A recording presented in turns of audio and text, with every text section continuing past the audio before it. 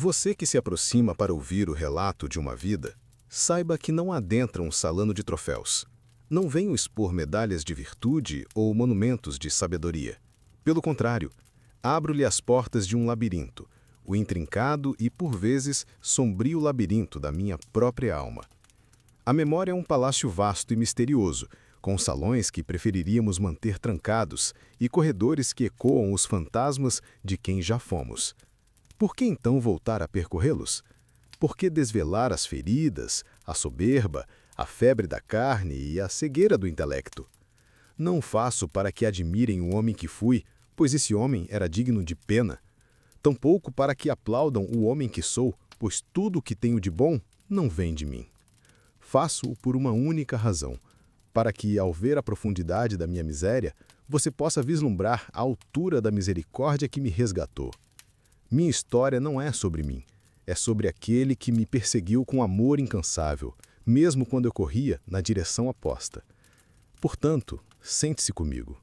Sento-me agora, com o mar da África à minha janela e o som distante de um mundo que se desfaz.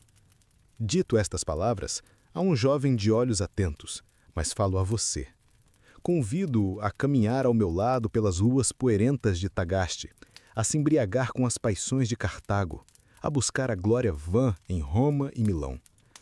Convido-o a entrar no jardim da minha agonia e a testemunhar como a graça pode quebrar as correntes que a vontade humana sozinha não consegue sequer arranhar. Esta é a confissão de um coração que buscou a felicidade em todas as fontes erradas, que tentou saciar sua sede em poços de água salobra, até finalmente encontrar o manancial de água viva. É a história de um coração inquieto. E convido-o a ouvi-la, pois talvez, na inquietude do meu, você reconheça os ecos do seu. A semente da inquietude. Sente-se aqui, meu jovem amigo. Puxe essa banqueta para mais perto da janela. O ar do mar está mais ameno esta tarde. Vê como o sol poente tinge de ouro e púrpura as ondas do Mediterrâneo? Há dias em que olho para este mar e vejo toda a minha vida refletida em seu movimento. A agitação incessante, as tempestades de fúria, as profundezas escuras e desconhecidas, e, finalmente, a luz de um farol distante que chama o navegador perdido para um porto seguro. Você me pede que conte minha história, não como a enumeração de pecados de um velho bispo, mas como a jornada de um homem. Uma busca febril de um coração que foi criado para a verdade e por isso mesmo se debateu violentamente contra ela. Pois saiba disto, a mais fundamental de todas as verdades que aprendi. Nosso coração estará sempre inquieto, enquanto não repousar em Deus. Mas a minha jornada até esse repouso, essa foi longa e tortuosa. Tudo começou em Tagaste, uma cidade pequena, empoeirada, cravada no interior de nossa África proconsular. Um lugar de sol implacável, oliveiras retorcidas e ambições modestas. Lá, minha vida foi forjada entre duas forças poderosas e opostas, a terra e o céu. A terra era meu pai, Patrício. O céu, minha mãe, Mônica. Meu pai era um homem do mundo, um cidadão romano de posses limitadas, mas de orgulho ilimitado. Sua religião era a tradição, os deuses do império que garantiam a ordem, mas seu verdadeiro templo era o fórum. Ele via em mim, seu filho mais promissor, a realização de seus próprios sonhos frustrados. Ele não tinha posses para me dar, mas estava determinado a me dar o mundo através do poder da palavra. Aurélio, ele me dizia, a voz grave pelo vinho da noite anterior. Um homem pode perder suas terras, sua riqueza, mas a mente, a língua afiada, a habilidade de persuadir, isso ninguém pode tirar de você. Com as palavras, você construirá seu próprio império. Ele sacrificou pouco que tinha, endividou-se com os mais ricos da cidade, apenas para que eu pudesse ter os melhores tutores de gramática e retórica. Ele era um homem de paixões rápidas. Sua raiva era uma tempestade de verão, barulhenta e passageira. Seu afeto, embora raro, era genuíno. Mas sua visão estava firmemente plantada neste solo, neste mundo de honras, cargos e aplausos. Minha mãe, Mônica, vivia com os pés no mesmo chão, mas seus olhos estavam fixos na eternidade. Ela era serva de Deus naquela casa, uma embaixadora de um reino que meu pai mal reconhecia. Desde que me arrancaram do ventre, ela me marcou com o sal da aliança batismal e me consagrou a Cristo. Cada passo que eu dava para longe de sua fé, e como eu corri para longe, era uma chaga aberta em sua alma. Lembro-me das noites em que eu, fingindo dormir, a ouvia sussurrar orações no quarto ao lado. Não eram preces eloquentes ou formais. Era o choro de um coração de mãe diante de Deus, oferecendo suas lágrimas como um sacrifício vivo. Suas lágrimas, meu amigo, foram um rio silencioso que irrigou a terra árida da minha alma por mais de 30 anos, esperando pacientemente que a semente divina plantada em minha infância pudesse um dia romper a crosta de orgulho e pecado. E que crosta espessa eu construí! A infância deu lugar a uma adolescência turbulenta. Em Tagaste, eu não era apenas um estudante, era o líder de um bando que chamávamos, com grande presunção, de Os Demolidores. Nossa especialidade era a perturbação. Humilhávamos os mais tímidos, zombávamos de nossos mestres e buscávamos a glória na transgressão. A vaidade era o ar que eu respirava. Eu ansiava por ser amado e temido, admirado e invejado. Minha inteligência, que deveria ser uma luz, tornou-se uma arma para ferir e para me exaltar. A memória mais nítida e vergonhosa dessa época não é de uma grande rebelião, mas de um ato pequeno, mesquinho e terrivelmente revelador. Perto da vinheta de meus pais havia uma pereira. Não era nossa. Estava carregada de frutos, mas não eram peras que se desejasse comer. Eram selvagens, duras, de sabor intragável. Mesmo as melhores peras do mundo não nos teriam tentado, pois tínhamos abundância em casa. Numa noite escura, movidos por um tédio venenoso, meu bando e eu nos esgueiramos até lá. Não havia ninguém para nos ver, nenhum guarda a temer.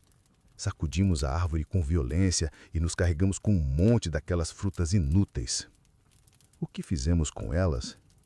Mal as provamos. Com desprezo atiramos quase toda a colheita ilícita aos porcos. Enquanto os animais roncavam e devoravam o nosso roubo, uma estranha sensação de vazio me tomou conta. Por que fizemos aquilo? Por anos essa pergunta ecoou em minha mente. Não foi a fome, não foi a cobiça pelo fruto. Foi algo muito mais sombro.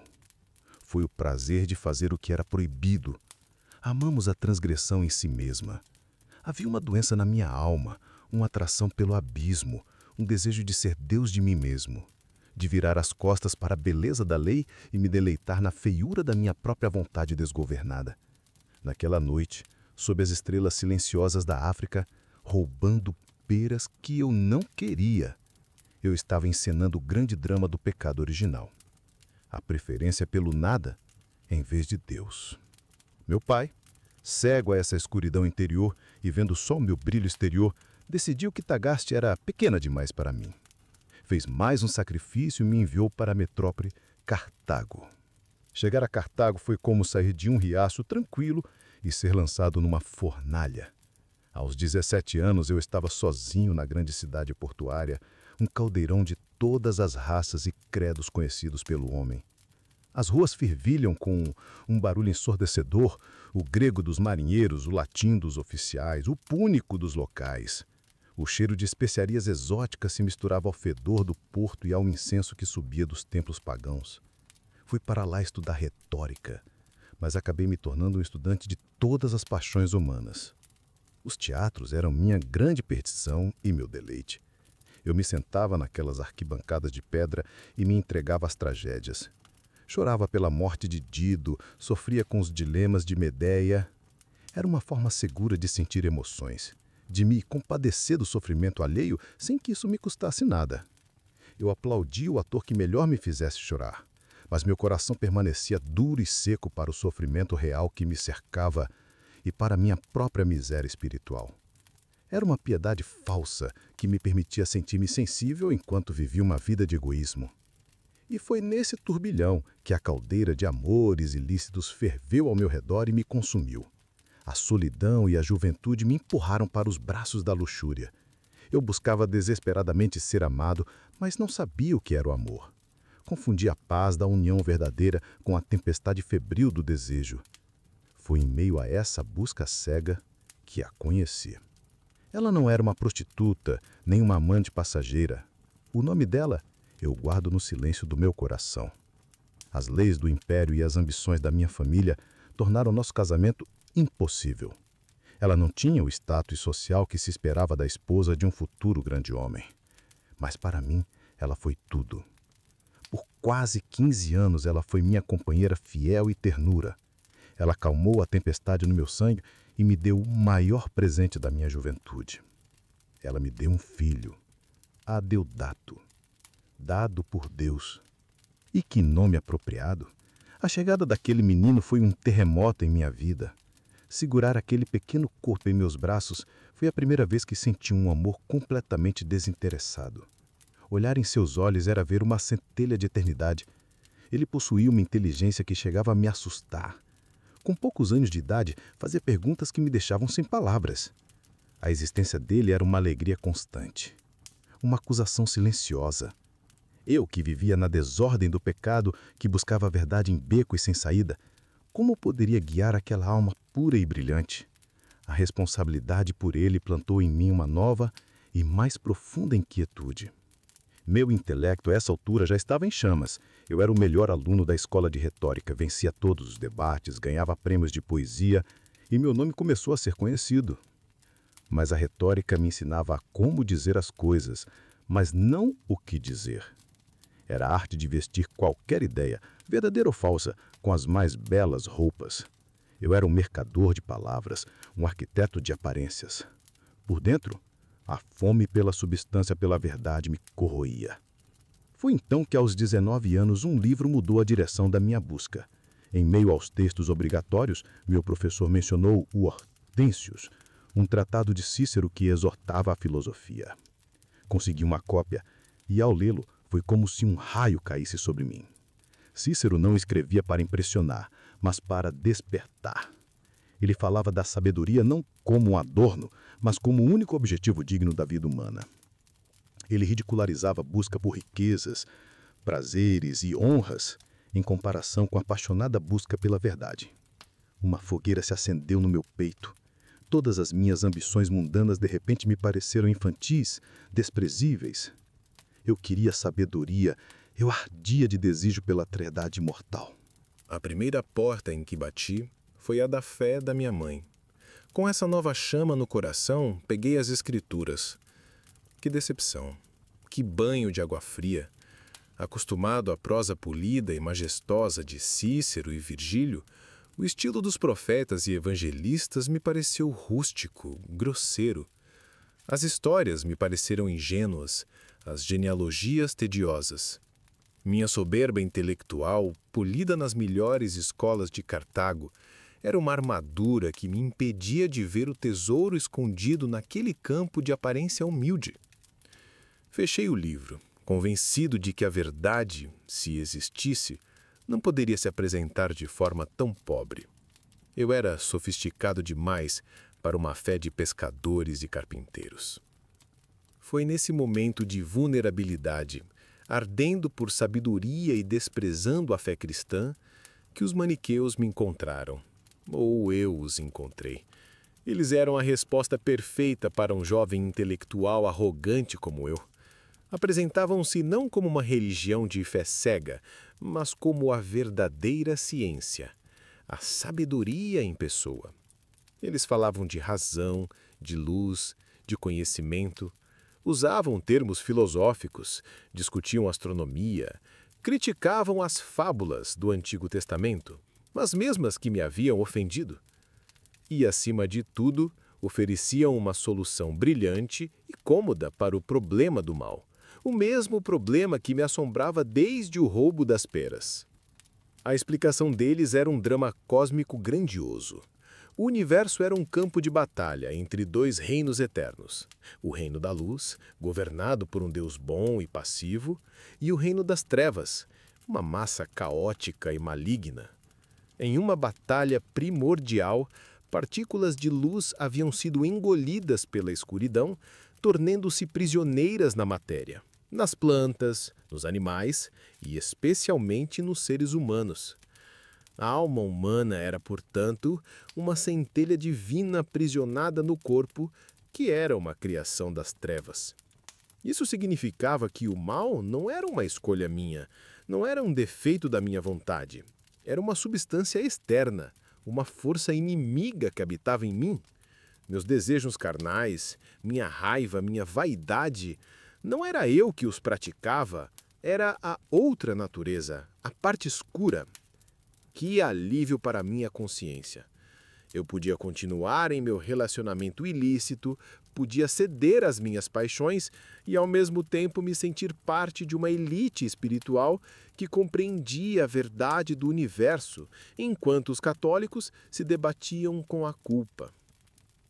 Por 9 longos anos fui um devoto ouvinte maniqueu. Abri minha própria escola de retórica em Cartago e meu sucesso foi estrondoso. Atraí os melhores jovens da cidade, incluindo o meu amigo mais querido, Alípio, que me seguiu naquela seita. Eu era popular, respeitado e tinha segurança de pertencer a um grupo que possuía o mapa secreto do universo. Durante todo esse tempo, minha mãe orava. Um bispo, exausto de suas súplicas para que ele debatesse comigo, finalmente ele disse aquelas palavras proféticas: "Vá em paz, mulher. É impossível que filho de tantas lágrimas se perca." Essas palavras foram a âncora dela na tempestade. Mas a casa intelectual que eu havia construído começou a apresentar rachaduras. Ao estudar astronomia e matemática por conta própria, descobri que as explicações maniqueístas sobre o Sol, a Lua e os eclipses eram fantasiosas, contraditas por cálculos precisos dos filósofos gregos. Como eu poderia confiar nos seus ensinamentos sobre o mundo invisível de Deus se eles estavam tão obviamente errados sobre o mundo visível que podíamos observar e medir? Minhas perguntas se tornaram mais insistentes. Eu as levava aos líderes da seita em Cartago. Eles, sem respostas, me davam sempre a mesma desculpa. "Espere por Fausto. Ele virá de Mileve. Ele é um dos nossos eleitos, o mais sábio de todos. Ele esclarecerá todas as suas dúvidas." Por meses, talvez anos, toda a minha esperança intelectual se concentrou nesse nome, Fausto. Ele era a personificação da sabedoria que me haviam prometido. Quando ele finalmente chegou, a comunidade maniqueísta em Cartago o recebeu como a um deus. Corri para conhecê-lo. Encontrei um homem encantador, de uma eloquência notável. Suas palavras fluíam como mel. Mas quando, em particular, comecei a expor minhas dúvidas mais técnicas sobre astronomia, sobre a natureza da alma, sobre as contradições na doutrina, ele sorriu e, com uma honestidade que me surpreendeu e desarmou, admitiu: "Meu caro Agostinho, eu não sou versado nessas ciências. Li muito pouco sobre elas. Meu conhecimento se restringe às nossas doutrinas sagradas." O chão se abriu sobre os meus pés. O grande oráculo era um homem culto em literatura, um mestre da bela fala, mas um ignorante nas mesmas áreas que eles usavam como prova da sua superioridade intelectual. A fundação da minha fé maniqueísta se desintegrou naquele momento. Não rompi com eles de imediato. Os laços de amizade, o hábito, a falta de uma alternativa melhor me mantiveram ali por mais algum tempo. Mas a crença estava morta. Eu era um ator num palco, recitando falas nas quais não mais acreditava. A própria Cartago começou a me parecer insuportável. Meus alunos, embora numerosos, eram indisciplinados, tinham um péssimo costume de invadir aulas de outros professores em bando, criando o caos. A cidade que fora ao palco do meu triunfo agora me parecia provincial, barulhenta e limitante. Meu coração inquieto precisava de um novo horizonte. E o maior horizonte de todos era Roma. A decisão de partir foi de um covarde. Eu sabia que minha mãe jamais concordaria. Ela temia a corrupção e os perigos de Roma. Na noite em que meu navio zarparia, ela me seguiu até o porto, o rosto banhado em lágrimas, agarrando-se a mim, implorando para que eu ficasse ou a levasse comigo. Para me livrar dela, usei a mais cruel das mentiras.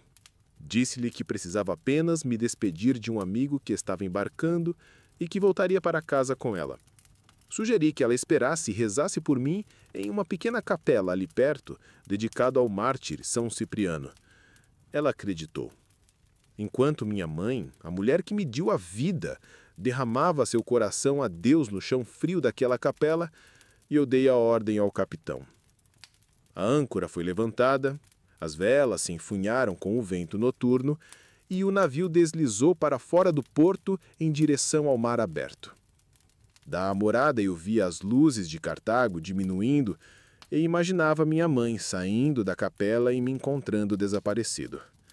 A dor e a culpa me rasgaram por dentro. Eu não sentia a euforia da liberdade, mas o peso da minha própria traição. Eu estava fugindo. Fugindo de uma filosofia em ruínas, de uma cidade que me sufocava e do amor vigilante e desafiador da única pessoa que verdadeiramente se importava para minha alma. Eu navegava para a capital do mundo em busca de fama e fortuna, mas no silêncio da noite, com o som das ondas como única companhia, eu sabia que estava mais perdido do que nunca. Roma me aguardava, mas era apenas mais um desvio na longa e relutante jornada de volta para casa. O brilho enganoso do mundo.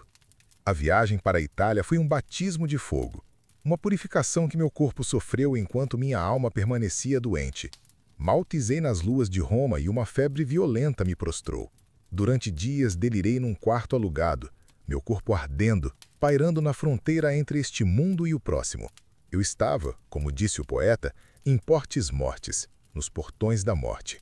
E o que me aterrorizava não era o fim da vida, mas a perspectiva de enfrentar o além, carregando o fardo dos meus pecados sem nenhum salvador.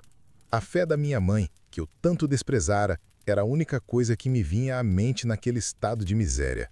Eu não rezava, pois não sabia como, mas sentia que eram as orações dela, a milhares de quilômetros de distância, que formavam um escudo invisível ao meu redor, me impedindo de cruzar aquele limiar. Se eu morresse ali, teria perecido por completo, pois meu coração não tinha lar. Mas eu não morri. A febre cedeu, deixando-me fraco, esgotado, mas vivo. Um homem que havia olhado para o abismo. Meu anfitrião em Roma era um maniqueu. Busquei refúgio entre eles, meus antigos irmãos de fé, mas a desilusão que começara com Fausto em Cartago se aprofundou na capital. Em Cartago eu era um jovem buscador, e eles os detentores do conhecimento. Em Roma eu era um retórico de renome, um igual, e pude ver os bastidores. Vi a hipocrisia de perto. Vi os eleitos que professavam uma vida de pureza ascética, entregando-se secretamente a prazeres que condenavam em público. A doutrina que absolvia a alma da culpa pelo mal acabava por se tornar uma licença para praticá-lo sem remorsos. Minha lealdade a eles, já abalada intelectualmente, agora se desfazia moralmente. Eu continuava em seu círculo por conveniência e amizade, mas meu coração já não lhes pertencia. Abri uma escola de retórica, como em Cartago, e meu sucesso foi imediato. Os melhores jovens de Roma, filhos de senadores e oficiais, enchiam minha sala. A cidade era o centro do universo, e eu estava no seu coração, ensinando a arte que movia o mundo. Mas logo descobri uma outra praga, uma desonestidade mais sutil que a indisciplina dos estudantes de Cartago. Em Roma, os alunos frequentavam minhas aulas o ano todo, absorviam meu conhecimento e pouco antes do dia do pagamento, simplesmente desapareciam, bandos inteiros se matriculando em outra escola para aplicar o mesmo golpe. A justiça romana, que eu tanto admirava de longe, mostrava-se corrupta e indiferente a pequenas fraudes como essa. A cidade que parecia tão gloriosa de longe era, de perto, um ninho de enganos. Eu estava cansado. Cansado da falsidade dos meus irmãos de fé, cansado da desonestidade dos meus alunos, cansado da febre que ainda me deixava frágil. Foi então que o destino, ou melhor, a providência divina, que tece seus planos com os fios tortos de nossas ambições, me abriu uma nova porta. chegou a notícia de que a cidade de Milão, então a sede da corte imperial, buscava um professor de retórica para a cátedra pública. Era o cargo mais prestigioso que um homem da minha profissão poderia almejar. Seria pago pelo tesouro imperial, falaria perante os maiores nomes do império. Meus amigos maniqueus, com suas conexões influentes, me incentivaram. Viam em mim uma oportunidade de infiltrar suas ideias nos altos escalões do poder. Para mim era a chance de escapar da mesquinhez de Roma e alcançar o ápice da minha carreira. Participei do concurso, fiz um discurso que impressionou o prefeito de Roma, Simaco, e consegui o cargo. Deixei Roma sem pesar. Viajei para o norte, para Milão. A cidade era vibrante, um centro de poder e intriga. Fui recebido com todas as honras. Tinha um belo salário, uma casa e o respeito que minha vaidade tanto almejava. Eu havia chegado. O jovem provinciano de Tagaste era agora o professor de retórica da corte imperial. Meu pai, que já havia morrido sem ver este dia, teria transbordado de orgulho. Eu tinha tudo o que ele sonhara para mim. E, entretanto, o vazio dentro de mim era maior do que nunca. Eu era um homem de sucesso e era profundamente infeliz. Em Milão, meu dever incluía proferir discursos em ocasiões importantes. Isso me colocou em contato com as figuras mais poderosas do império, inclusive com o bispo local. O nome dele era Ambrósio. Sua fama o precedia. Ele era conhecido não só como um líder da igreja, mas como um ex-governador, um intelectual poderoso, um poeta e um orador cuja eloquência rivalizava com a dos melhores mestres clássicos. Minha primeira motivação para ouvi-lo pregar foi puramente profissional. Eu, o professor de retórica, fui espionar um rival. Queria analisar sua técnica, o seu uso de cadências, suas figuras de linguagem. Não tinha o menor interesse no que ele dizia. Queria apenas saber como ele dizia. E, de fato, a forma era impecável. Ambrósio falava com uma autoridade calma e uma elegância que me cativaram. Mas enquanto eu me concentrava na casca das palavras, o conteúdo começou a se infiltrar em mim, quase contra minha vontade. Eu esperava ouvir as mesmas histórias do Antigo Testamento que me pareceram tão rudes e ilógicas anos atrás. Eu esperava ouvir sobre um Deus ciumento e vingativo, as mesmas passagens que os maniqueus ridicularizavam, com tanto prazer.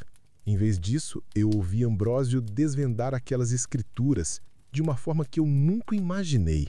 Ele falava de alegoria.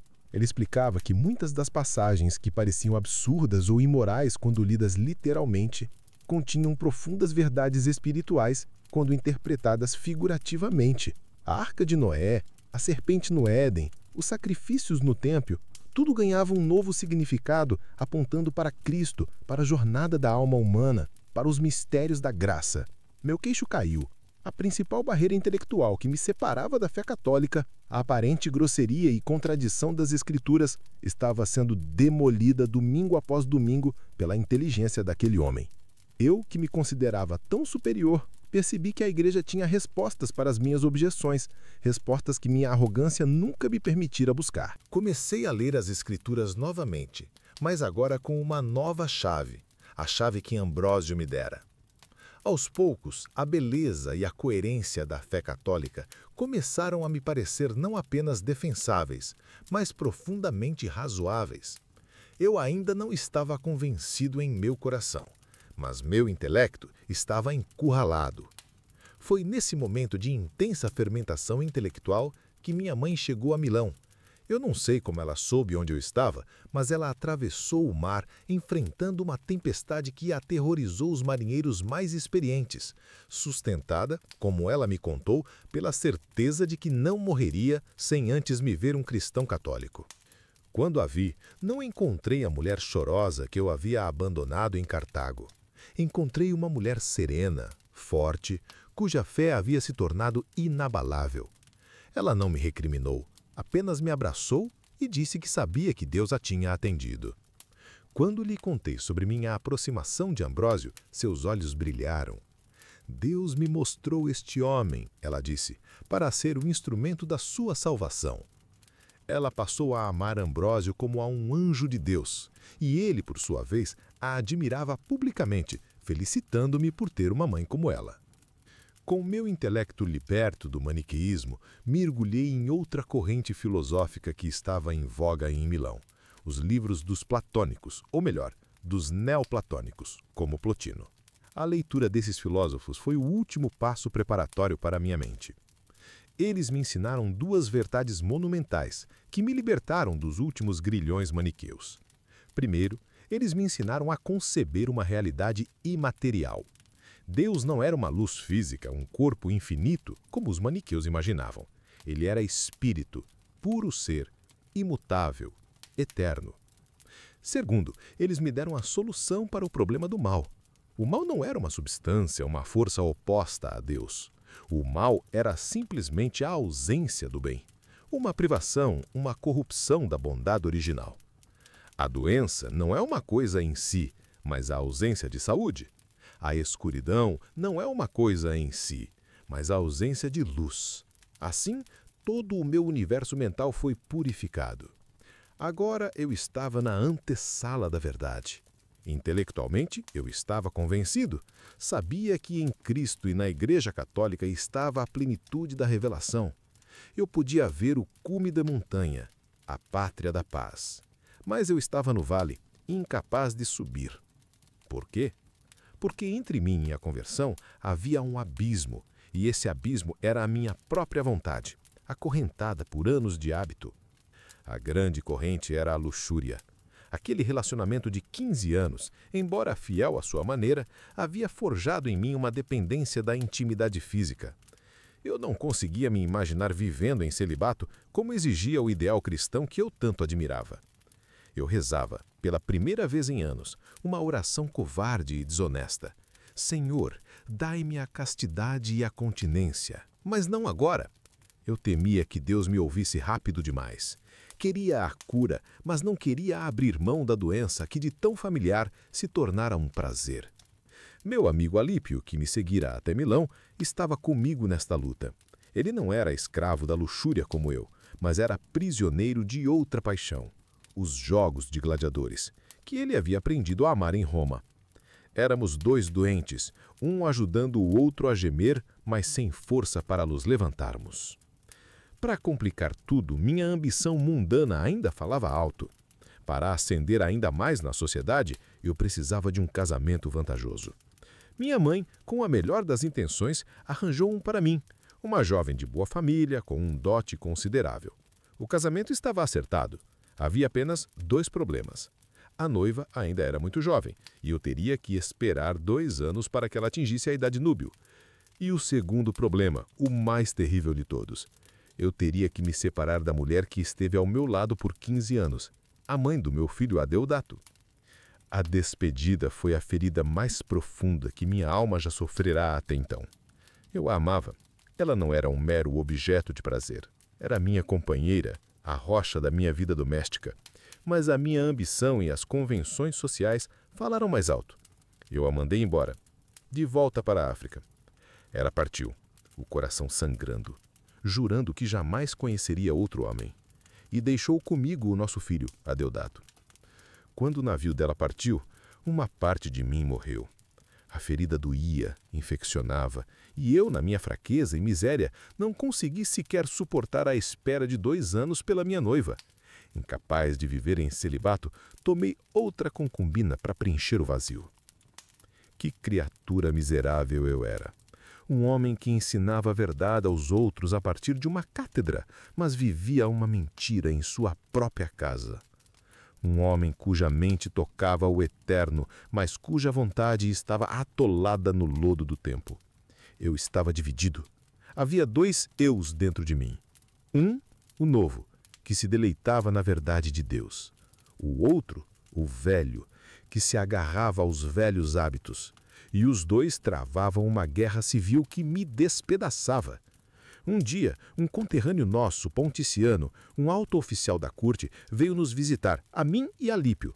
Ele nos contou a história da conversão de Santo Antão, o eremita do Egito, e de como 2 de seus colegas, ao lerem a vida do santo, renunciaram ao mundo e se dedicaram a Deus no mesmo instante. A história me atingiu como um trâmbulo. Homens iletrados, simples soldados, conseguiam tomar o céu de assalto com sua decisão, enquanto eu, com todo o meu conhecimento, com toda a minha filosofia, permanecia girando no mesmo lugar, adiando, sempre adiando. A vergonha me consumiu. Levantei-me transtornado. A conversa tornou-se insuportável. Fugi para o jardim da nossa casa. E Alípio me seguiu, sentindo a tempestade que se formava dentro de mim. Eu me lancei sobre uma figueira, a alma em agonia. Tudo o que eu sabia ser verdade se erguia contra mim. Eu não tinha desculpas. Não era mais a ignorância que me prendia, era a minha própria vontade. Eu chorava amargamente, gritando para Deus: até quando, Senhor? Até quando? Amanhã e amanhã, por que não agora? Por que não pôr um fim à minha miséria neste exato momento? Eu me sentia como um homem que quer se levantar, mas cujos membros estão paralisados. A mente ordena, mas o corpo não obedece. Assim era a minha vontade. Ela ordenava a si mesma que quisesse o bem, mas não tinha forças para cumprir. Eu estava no fundo do abismo, e a única coisa que me restava era gritar. O jardim e o regresso. Ali estava eu, sob uma figueira no pequeno jardim de Milão, um homem despedaçado. O peso de 32 anos de vida errante desabou sobre mim. Cada fuga, cada mentira, cada prazer egoísta, cada argumento soberbo, tudo convergiu para aquele ponto de colapso.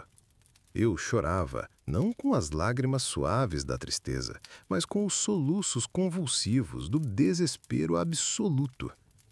Meu amigo Alípio estava por perto, em silêncio, respeitando a violência da minha agonia. Ele não sabia o que fazer, mas sabia que precisava estar ali, como uma testemunha silenciosa da minha crucificação interior.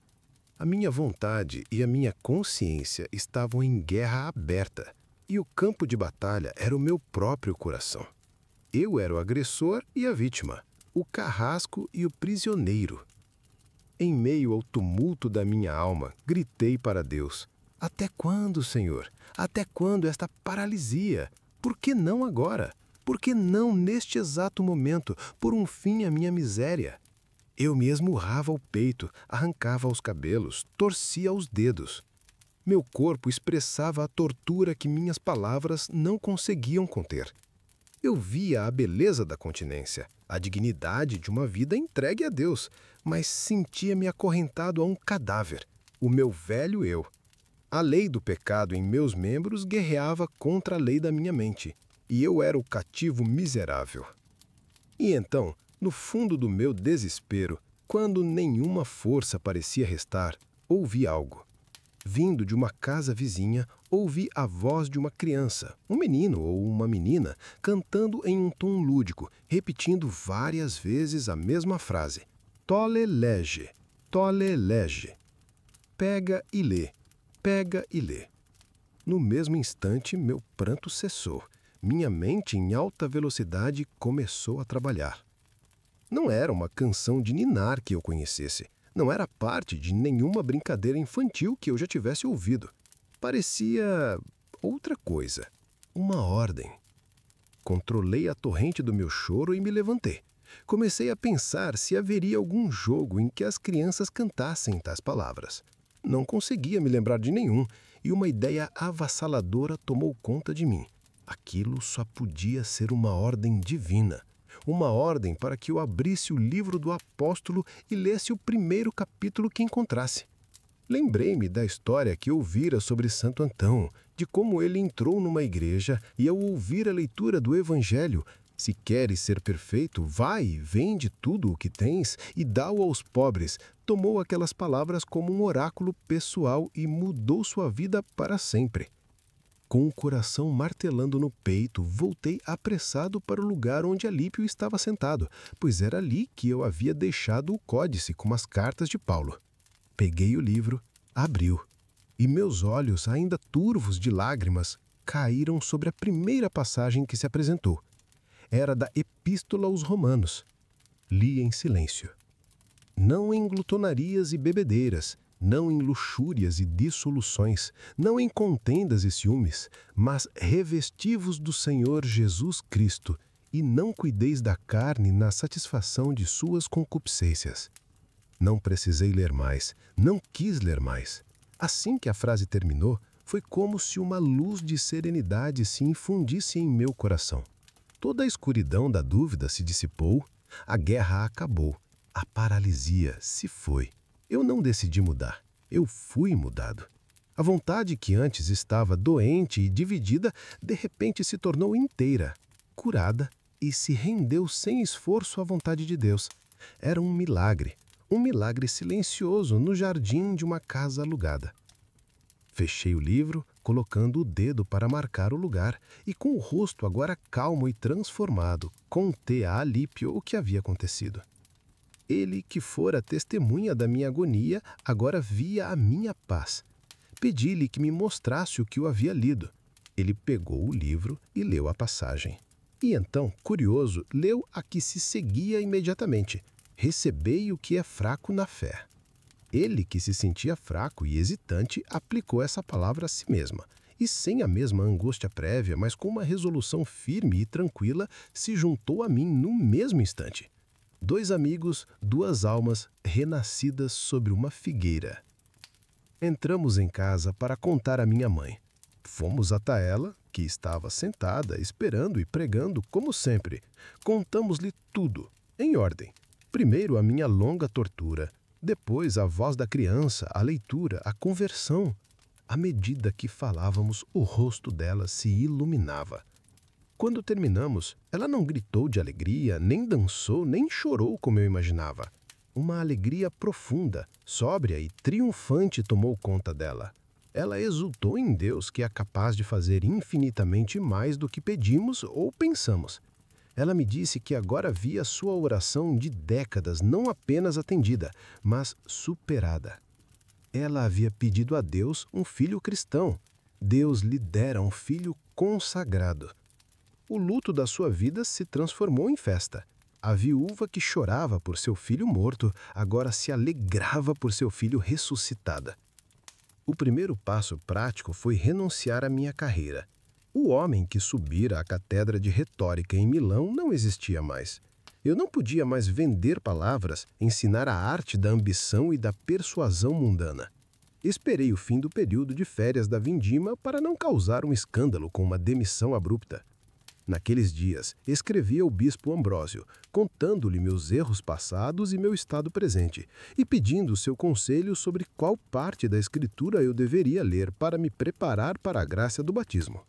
Ele me recomendou o profeta Isaías. Quando as férias chegaram, renunciei oficialmente ao meu cargo.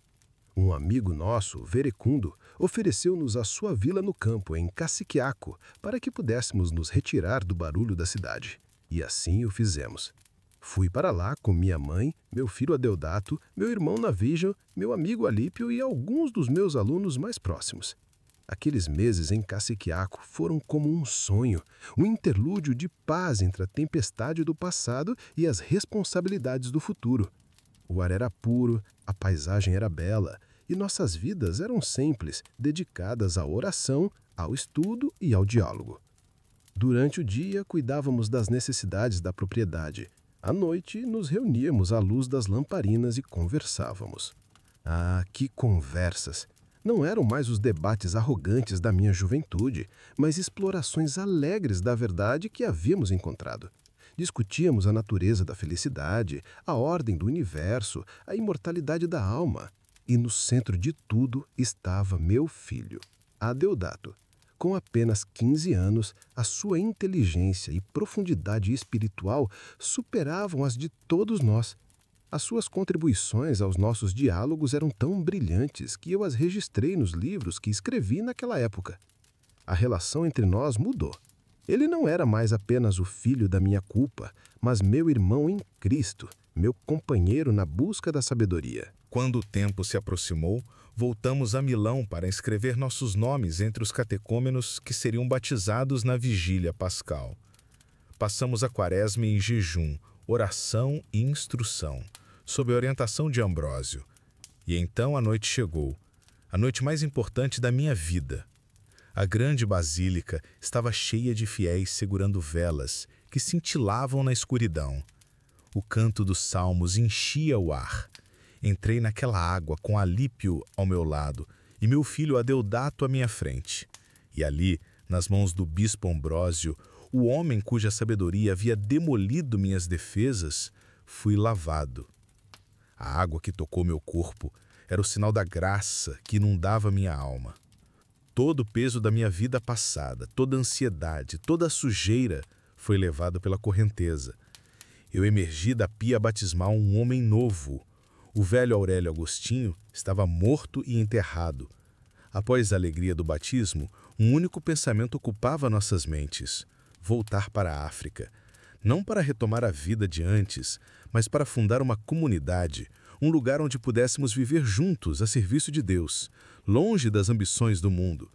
Vendemos os bens que tínhamos e iniciamos a viagem de volta. Chegamos a Óstia, o porto de Roma, para esperar por um navio.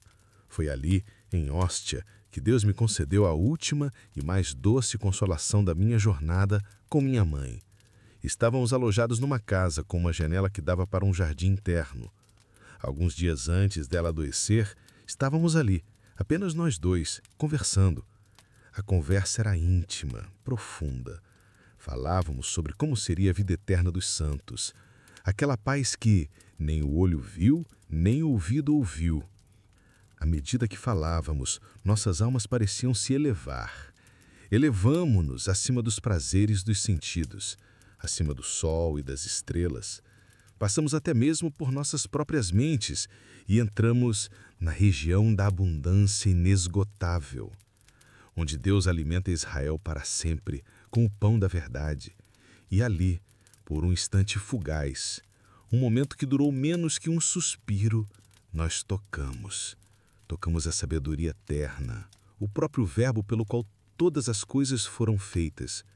Foi um vislumbre, um lampejo de eternidade, e depois caímos de volta no barulho de nossas próprias vozes, no mundo do tempo e do som, mas havíamos estado lá, juntos. Após aquele momento de êxtase, olhamos um para o outro em silêncio.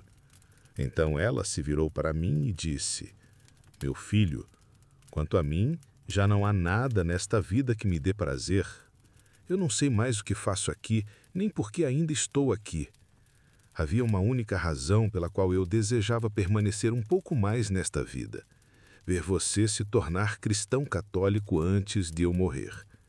Deus me concedeu isso em abundância, pois agora o vejo como seu servo, desprezando a felicidade terrena. O que ainda faço aqui?" 5 dias depois, ela caiu com febre.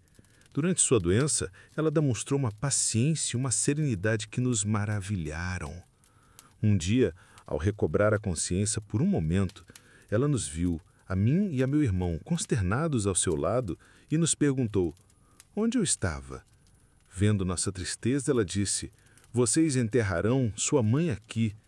Meu irmão começou a chorar, lamentando que ela morreria tão longe de sua terra natal, Tagaste, onde havia preparado um túmulo ao lado de seu marido, mas ela o repreendeu com o olhar. E então, virando-se para mim, disse: "Vejam o que ele diz, e pouco depois para nós dois: enterrem este corpo em qualquer lugar, não se preocupem com ele. A única coisa que peço a vocês é que se lembrem de mim no altar do Senhor, onde quer que estejam." E assim, com a alma em paz, ela partiu. Tive de lutar para conter minhas lágrimas. O menino Adeodato chorou abertamente e tivemos que acalmá-lo. Eu sabia que não devíamos lamentar uma morte que era, na verdade, uma entrada para a vida. Mas a dor da perda era imensa. A doçura daquele convívio de tantos anos, subitamente arrancado de mim. No dia do funeral, eu caminhei com o coração pesado, mas sem chorar. Contudo, mais tarde, sozinho, a represa se rompeu e chorei abundantemente pela minha mãe, pela serva de Deus que tanto chorara por mim, para que eu pudesse viver para ele. Enterrei minha mãe em Óstia. A âncora terrena da minha vida havia sido recolhida. Eu não era mais o filho de Mônica no sentido de que precisava da sua orientação terrena. Ela me entregara um novo pai e uma nova mãe, a Igreja. Após o período de luto, a resolução de voltar para a África se tornou ainda mais forte. Eu saí de lá um homem em fuga, orgulhoso e vazio. Agora eu retornava, um órfão, um pecador batizado, um servo, sem saber o que o futuro me reservava, mas o coração, finalmente, depois de uma vida inteira de busca, repousando em paz. a cidade de Deus. O navio que nos levou de volta à África não era o mesmo que me levara para longe. Aquele fora o navio da fuga. Este era o navio do regresso. O homem que partira era um retórico ambicioso, inflado de orgulho e atormentado por dúvidas. O homem que voltava era um servo de Cristo, batizado, enlutado, mas estranhamente inteiro. Comigo estavam Alípio, meu fiel amigo e o meu maior tesouro terreno, o meu filho Adeodato. O futuro era uma página em branco, mas pela primeira vez na vida eu não sentia a necessidade de ser o autor. Entregara a pena a Deus. Desembarcamos em Cartago, a cidade fornalha da minha juventude. Mas agora os seus fogos não me atraíam. As suas ruas barulhentas, os seus teatros cheios, tudo me parecia distante, o cenário de uma vida passada que pertencia a outro homem. O nosso destino era a minha cidade natal, Tagaste. Vendi a pequena propriedade que herdara do meu pai e distribuí o dinheiro aos pobres. Com o que restou, estabelecemos a nossa pequena comunidade na velha casa da família, a mesma casa onde as orações da minha mãe tinham subido ao céu por mim durante tantos anos. A nossa vida em Tagaste era simples e bela. Éramos um grupo de amigos que viviam juntos, partilhando tudo em comum, sem posses privadas. Os nossos dias eram divididos entre a oração, o trabalho manual e, acima de tudo, o estudo das Escrituras. Deixei crescer a barba, adotei a túnica simples de um servo de Deus.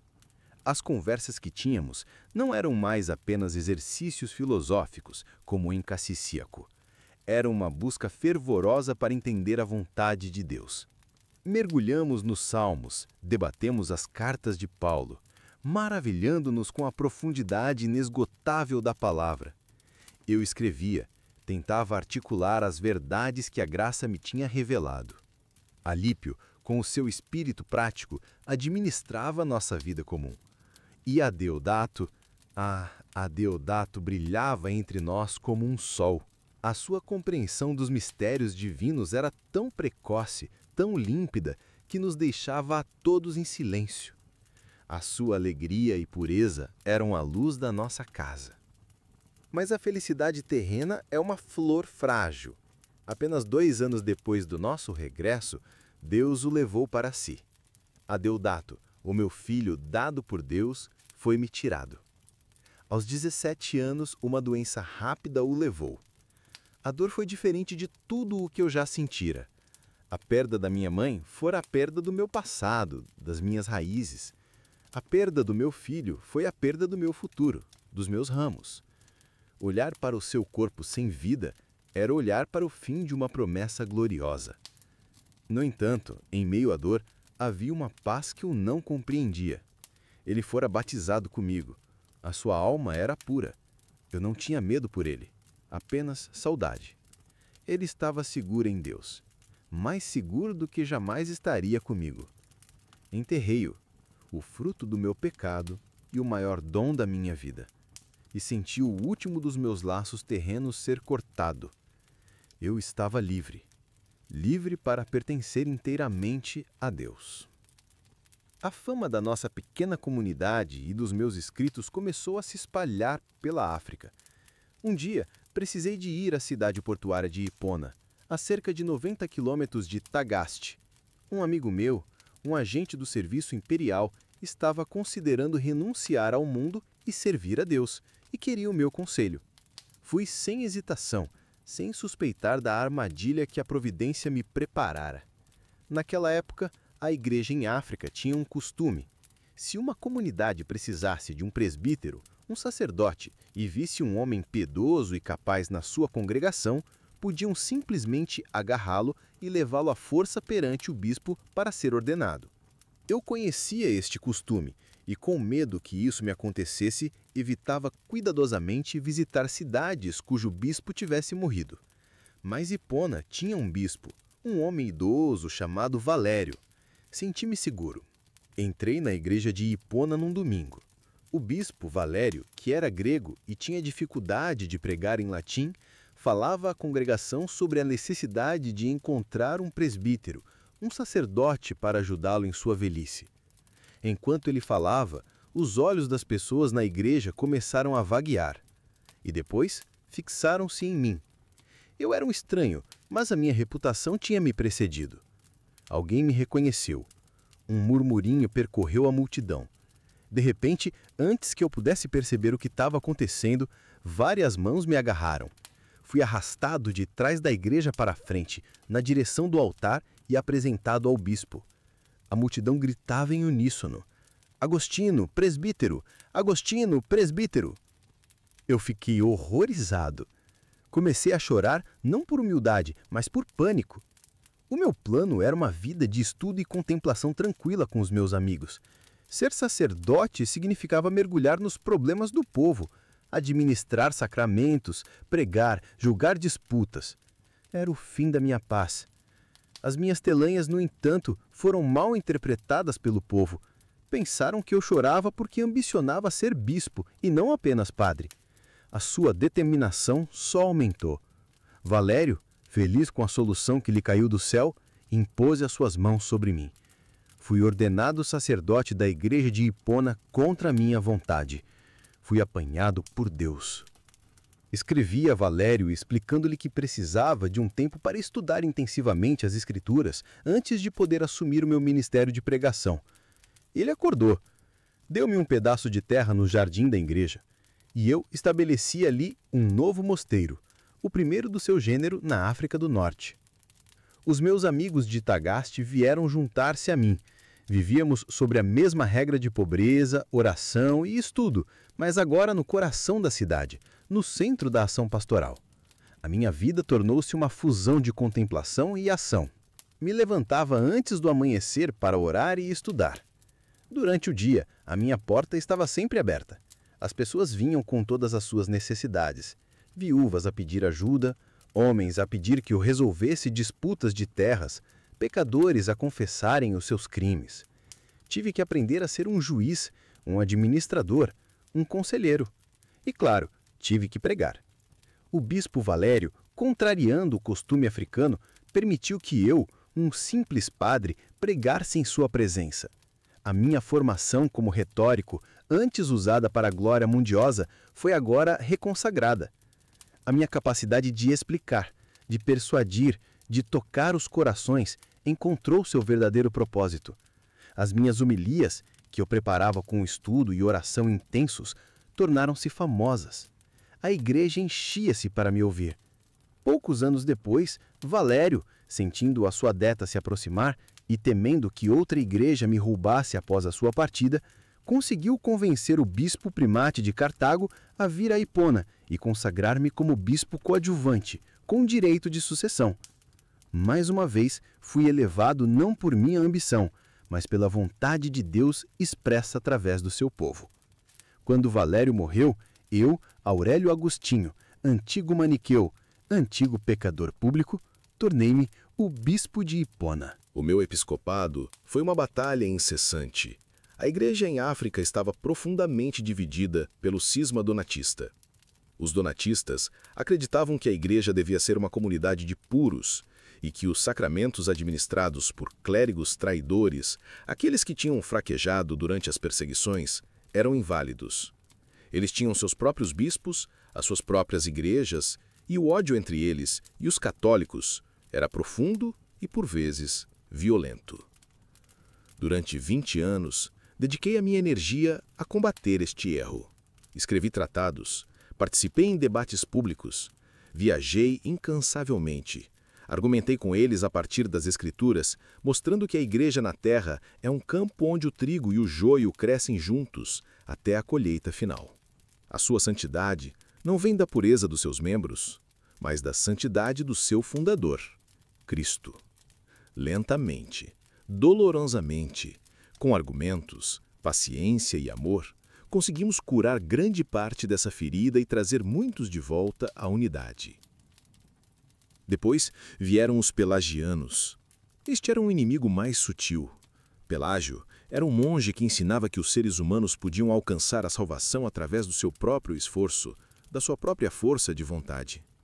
Negava o pecado original, e, consequentemente, a necessidade absoluta da graça de Deus. Esta era a heresia que mais me tocou pessoalmente. Eu, mais do que ninguém, conhecia a paralisia da vontade. Eu sabia pela minha própria experiência no jardim que, sem a graça de Deus, sem a sua intervenção soberana, estamos perdidos. Contra esta autossuficiência orgulhosa, preguei e escrevi incansavelmente sobre a primazia da graça. Senhor, rezei no meu livro, dai o que ordenais, e ordenai o que quereis. Tudo é dom. A nossa própria fé é um dom. Esta luta ocupou os meus últimos anos, forçando-me a aprofundar a minha compreensão do maior de todos os mistérios, a interação entre a soberania de Deus e a liberdade humana. E assim os anos passaram. O cabelo que fora preto tornou-se cinzento, depois branco. O corpo que ardera com as febres da juventude tornou-se frágil. Vi amigos morrerem. Vi o Império Romano começar a vacilar. E aqui estou eu, um velho de 75 anos, olhando pela janela para o mesmo mar, mas com olhos diferentes. Há alguns anos, decidi escrever a história da minha vida, não para me gabar das minhas realizações, mas para confessar a misericórdia de Deus, para mostrar ao mundo o abismo de onde Ele me tirou. Sento-me aqui com o jovem escriba como tu e dito as minhas memórias, e ao fazê-lo, revivo tudo. A ambição do meu pai, as lágrimas da minha mãe, o roubo das peras, o amor pela mãe do meu filho, a arrogância do maniqueísmo, a eloquência de Ambrósio, a luz dos platônicos, a agonia no jardim, a voz da criança, a alegria do batismo, a dor da perda, a relutância em servir. E em cada passo, em cada desvio, em cada queda, vejo agora, com a clareza da velhice, a mão invisível de Deus a guiar-me, a moldar-me, a chamar-me de volta a si. O mundo lá fora está se desmoronando. Os vândalos, uma tribo bárbara, atravessaram o Estreito de Gibraltar e estão avarrendo a nossa província de África com fogo e espada. Neste preciso momento, eles cercam as muralhas de Hipona. Podemos ouvir os seus gritos, ver as fumaças das vilas a arder no horizonte. Muitos fugiram. Meus amigos pediram-me para fugir também. Mas um pastor não abandona suas ovelhas quando o lobo se aproxima. O meu lugar é aqui, com o meu povo, até o fim. Reuni os meus livros, as centenas de obras que escrevi e pedi que os guardassem bem. São as ferramentas que deixo para gerações futuras. Mas a minha verdadeira herança não está nessas páginas. Está na história que te contei. A história de um coração inquieto que encontrou o seu repouso. Não tenho medo da morte, nem dos vândalos às portas. A minha cidade não é esta, feita de pedra e argamassa, destinada a cair. Eu sou um cidadão de outra cidade, a cidade de Deus, eterna, nos céus. A minha jornada está terminando. O navio está chegando no porto e eu sei, com uma certeza que nenhuma filosofia ou retórica me poderia dar, que aquele que me chamou das trevas para sua luz maravilhosa está à espera na banca. Tarde o amei, ó beleza tão antiga e tão nova. Tarde o amei, mas vos me chamastes e o vosso clamor rompeu a minha surdez. Brilhastes e a vossa luz afugentou a minha cegueira. Exalastes o vosso perfume e eu respirei e suspiro por vós. Provei-vos e agora tenho fome e sede de vós. Tocastes e eu ardi no desejo da vossa paz. E assim a história chega ao fim. A pena do escriba repousa. As memórias, antes de um turbilhão caótico, foram ordenadas numa narrativa, como contas de um longo colar. Olho para o mar e o sol já se põe, tingindo-o de sangue e ouro as nuvens. O cerco dos bárbaros lá fora continua, um lembrete ruidoso de que todas as cidades dos homens são frágeis e passageiras. O que então resta dizer depois de uma vida inteira ter sido derramada em palavras? Qual é o parecer final? A suma de tudo. É esta. A minha história não é a crônica de um herói que encontrou a verdade. É o testemunho de um fugitivo que foi encontrado por ela. Não sou o protagonista desta jornada. Sou o campo de batalha onde a miséria e a misericórdia travaram a sua guerra. E a vitória não foi minha. A vitória foi da graça. Agora esta história já não me pertence. Eu a entrego a você. e com ela um convite à reflexão. Talvez, ao olhar para a minha jornada, você tenha vislumbrado fragmentos da sua. A minha soberba intelectual se parece com a sua autossuficiência? A minha fuga das lágrimas de minha mãe se assemelha à sua forma de evitar a verdade que o ama e o chama? As correntes da minha luxúria, forjadas pelo hábito, são tão diferentes das correntes que hoje prendem a sua própria vontade, sejam elas a ambição, o ressentimento, o medo ou o desespero? Minha confissão não foi um exercício de nostalgia, mas um espelho. Um espelho para que você possa olhar para si mesmo e se perguntar: onde está o meu coração? E por que ele está tão inquieto? Não olhe para Agostinho, o bispo, como um ideal distante. Olhe para Agostinho, o pecador, como um companheiro de jornada. E saiba que o mesmo Deus que vasculhou os becos da minha alma para me encontrar, também perscruta os seus. A mesma mão que me levantou da lama está estendida para você. A grande lição da minha vida não é que eu me tornei bom, mas que Deus é bom. E a sua bondade é a única resposta para nossa inquietude. O mundo pode desmoronar, os impérios podem cair, a nossa vida pode parecer um emaranhado de erros, mas a verdade permanece. Fomos feitos para Ele. E o nosso coração, o seu e o meu, estará para sempre perdido e vagando, até que finalmente encontre o seu verdadeiro e único repouso nele.